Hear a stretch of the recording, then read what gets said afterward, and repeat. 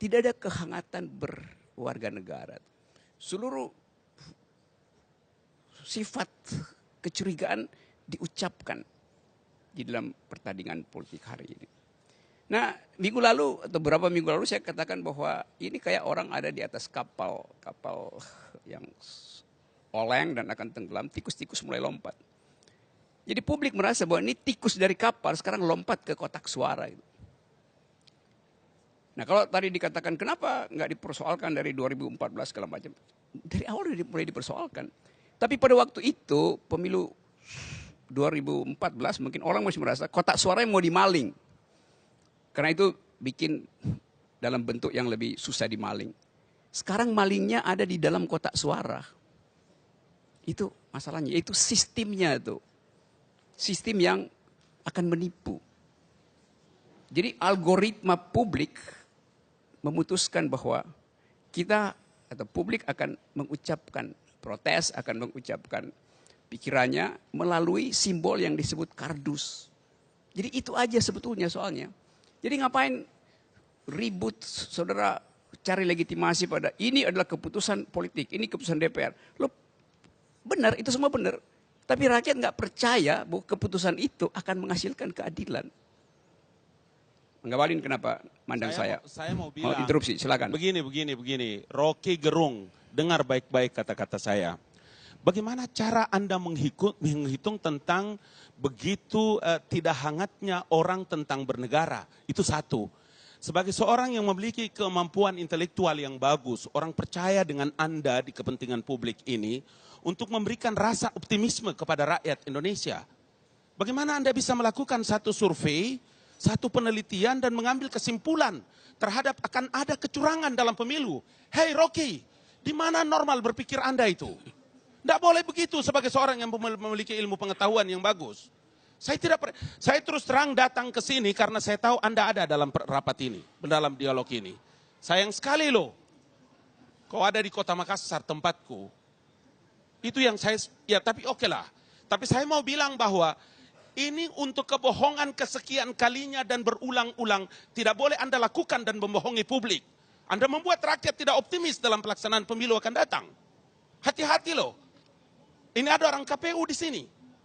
Bagaimana mungkin Anda tidak memberikan sebuah kepercayaan dan memberikan apresiasi terhadap satu sistem nilai yang sedang dibangun dengan pelaksanaan pemilu yang secara serentak dilakukan dengan kualitas demokrasi pemilu yang bagus. Coba Anda menggunakan akal berpikir yang sehat. Kau kan selalu menggunakan kata-kata dungu. Baru kau ketemu saya malam ini. Tidak boleh begitu, Rocky. Oke. Hati-hati loh. Ya, lanjut. Tidak ada lanjut, otakmu harus kau perbaiki. Itu aja maksud saya. Narasimu tidak bagus dan diksimu mencepelekan sebuah sistem yang sedang dibangun. Hati-hati. Udah ada jawab, Rocky. Oke, saya lanjut ya. Boleh, saya lanjut. Iya, silakan. Itu barusan saudara Ngabalin mempraktekkan apa yang disebut apel siaga tuh. Dia kayak mimpin apel siaga, marah-marah di depan kamera tuh. Jadi kalau Anda lihat, usulan ILC malam ini dihasilkan oleh tuntutan publik. Kalau publiknya optimis, dia nggak akan minta Karni Ilyas untuk Jamal yang merontak-berontak. Justru karena dia pesimis. Bukan publik. Dapat menemukan publik di mana? Di mana publik berpendapat? Survei apa yang Anda pakai? Ayo. Dia begini. Jamal yang mau ngomong minggu lalu. Tapi akibat Jamal ngomong, medsos minggu ini minta ini diangkat. Memang pernyataan Jamal Abdul Aziz sangat seksi. Karena itu. Tapi tidak boleh Anda menyebutkan tentang kekhawatiran publik atas pelaksanaan pemilu. Itu yang narasi dan diksi yang tidak menunjukkan Anda sebagai seorang intelektual, Rocky Gerung. Gini ya, saudara Ngabalin. Kalau publik nggak Banyak cemas dengan mahasiswa pemilu, hati-hati pilihan katanya. Oke ya, oke, saya pilihkan kata buat kamu ya. Bila publik tidak cemas dengan pemilu, maka publik tidak akan minta soal kardus ini dibahas. Jelas nggak kalimat saya? Artinya, Enggak, publik mana yang kau maksud? Artinya, rakyat mana yang kau maksud? Anda maksudkan rakyat yang mana? ILC ini hasil dari apa? Terus Yud Tema menemukan, hari ini mana sebenarnya rakyat apa? menemukan? Di mana surveimu sebagai seorang intelektual? Rakyat mana dan publik mana? Sebutkan Rocky, biar orang tahu satu republik ini. Oke, saya Jangan sebutkan begitu ya. dong. Kita juga sekolahan ini, orang sekolah. Doktor saya Pak, saya ngerti itu pilihan katamu. Kalau mau jadi oposan yang benar. Jangan pakai seperti orang pengamat intelektual, tapi pilihan katanya semua adalah menyebarkan kebencian. Hati-hati Anda, saya akan bertemu Oke, dengan Anda dalam forum yang terbaik. Yang ngabalin Anda doktor. Oke, udah. Ya udah, ada lanjutin. Nggak selesai kita ada jawab-jawab. Jangan panik. Oke, ente. Pak Doktor. Panik juga. Ngabalin. Udah bisa apa aja setelah jadi dokter, saudara ngabalin? Kalang kabut kan, kalang kabut. Pusingkan ente sekarang. Apa? Saya kurang dengar. Kalang kabut ente kan? Mau bilang apa coba? Mau ngobrol apa? Hilang narasi pikiran normalnya. Kalang kabut. Karena selalu Anda Oke. menggunakan Kalang kebencian, ujaran kebencian. Penuh fitnah dan adu domba. Oke.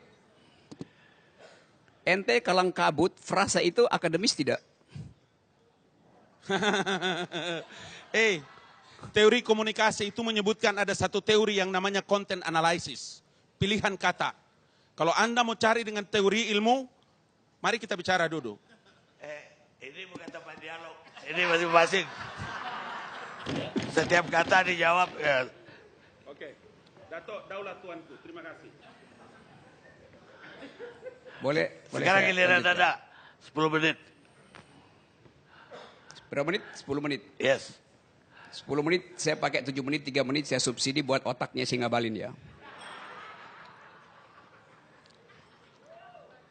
Tadi saya terangkan bahwa bahkan bila suara itu dikumpulkan pakai tas plastik, kantong kresek itu, kalau ada trust pada masyarakat, dia nggak akan protes tuh. Karena dia tahu bahwa suara itu akan tiba di tempat perhitungan yang benar. Tapi justru karena kepercayaan itu hilang, maka soal kardus ini dibicarakan. Begitu cara melihat semiotik saudara Doktor Ngabalin. Ada nggak pernah belajar itu? Ada nggak bisa mengabstraksikan pikiran publik? Ada ingin tagih lewat survei? Begitu banyak pikiran yang tidak bisa disurvei, yang tidak bisa diucapkan. Tapi kemampuan intelektual kita membaca asumsi itu. Itu pelajaran metodologi pertama. Doktor Ngabalin. Oke ya, saya masih mau bantah. Boleh dokter benar. Ente profesor dari mana? Gak, gini. Saya tidak. Dia nggak pernah Coba, ngomong dia saya terangkan ya. profesor. Justru yang salah itu forum ini. Saya yang pertama nyebut Prof. Padahal bercanda maksudnya. Nah, tuh. Sekarang dia saya kasih 7 menit tadi kan. Untuk ada 3 menit. Ya udah. Tapi Ya. nggak sekarang, nanti. Tunggu dia. Silakan. Oke, kita mau lihat akibat dari pembicaraan hari ini.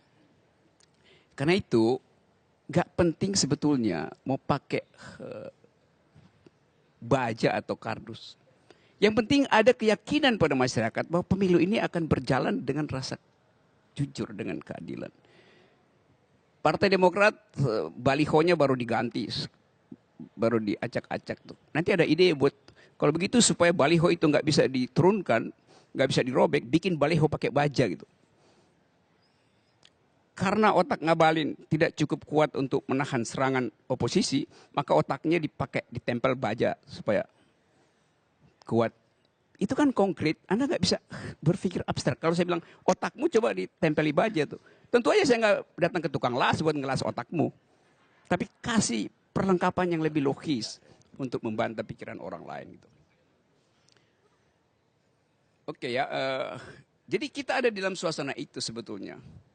Kekurangan kemampuan untuk melihat apa yang unspeakable, yang tidak bisa diucapkan oleh rakyat. Yang bahkan tidak bisa dibaca oleh survei. Nah, saudara-saudara, saya menganggap bahwa di depan kita ada suasana lain, yaitu suasana untuk seolah-olah to be or not to be bagi petahana itu. Jadi karena itu kita bertengkar untuk hal yang sifatnya teknis. Padahal ini masalah etis. Drop legitimasi. Hancur public trust. Itu yang harusnya jadi pintu masuk untuk membahas perlu tidak kotak suara itu dibuat transparan, perlu tidak kotak suara itu dilengkapi dengan skrup yang kuat.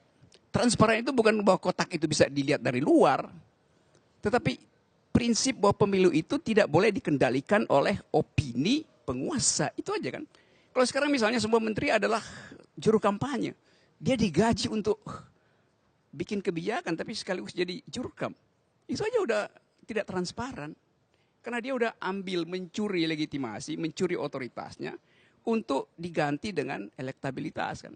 Kan gak jujur kan pemilu itu kan. Dari awal udah gak jujur tuh.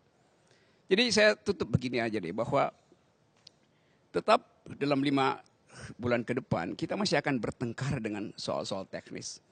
Karena berebut elektabilitas. Tetapi demokrasi hanya bisa tumbuh bila public ethics itu bisa dikendalikan dengan akal sehat. Bukan dengan ngamuk-ngamuk, bukan dengan marah-marah. Nah, ini akhir tahun dan mungkin kita bertemu di tahun depan dengan nalar yang lebih bersih. Supaya semua argumen publik itu diskrutinisasi hanya berdasarkan kepentingan untuk berbeda pikiran. Itu yang namanya oposisi. Jadi kalau Anda bilang bahwa saya bukan pengamat tapi oposisi, apa bedanya?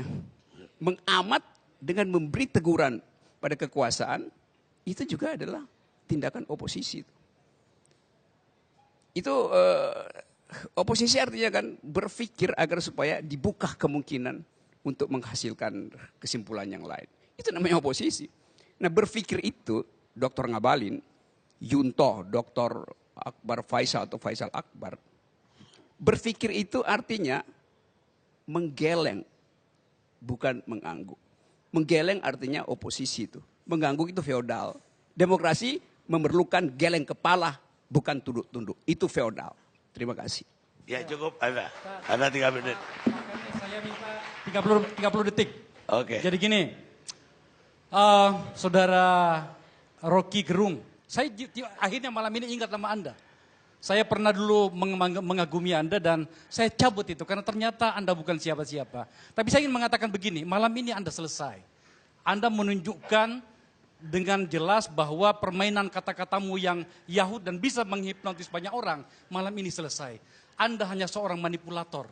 Saya bisa menunjukkan malam ini sebenarnya, tetapi kebijakan TV One mengatakan tidak bisa dan saya hormati itu. Tapi sekali lagi, Saudara Rocky Gerung, Anda seorang manipulator. Anda tidak layak mendapatkan penghargaan yang begitu banyak dan Anda nikmati acara bernama ILC ini. Seharusnya Anda membayar mahal ILC karena Anda orang yang paling menikmati acara ini. Baik, sekarang Data Anda tentang keburukan saya diiklankan aja di media Indonesia atau di Metro TV gitu. Rocky, Bung Rocky, waktu Anda udah habis. Bung Rocky, saya dari tadi selalu melahirkan satu positive thinking dan sebuah optimisme bagi sebuah bangsa yang besar. Saya berkali-kali berpendapat bahwa sebuah bangsa yang besar dan kuat itu adalah orang-orang pintar yang hidup dalam negara itu membangun sebuah optimisme dan positive thinking. Karena itu kehadiran kami pada malam hari ini adalah menjelaskan tentang titik kebenaran.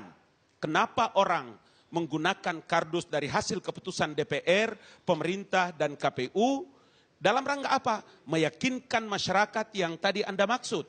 Bagaimana mungkin Undang-Undang Dasar 1945 pasal 22E menjelaskan tentang sistem nilai. Undang-Undang nomor 7 tahun 2017 memberikan kewenangan kepada KPU dan lain-lain.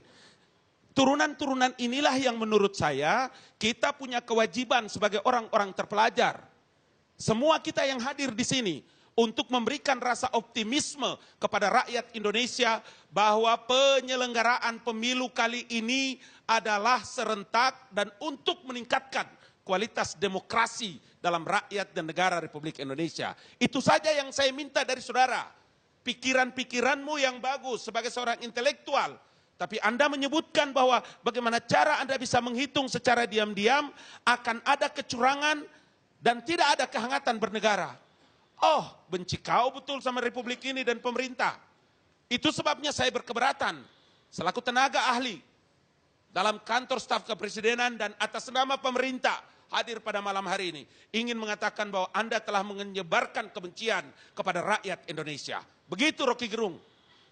Terima kasih Dato. Assalamualaikum. Terima kasih. Oke, Sekarang saya tutup giliran. ya, saya tutup ya.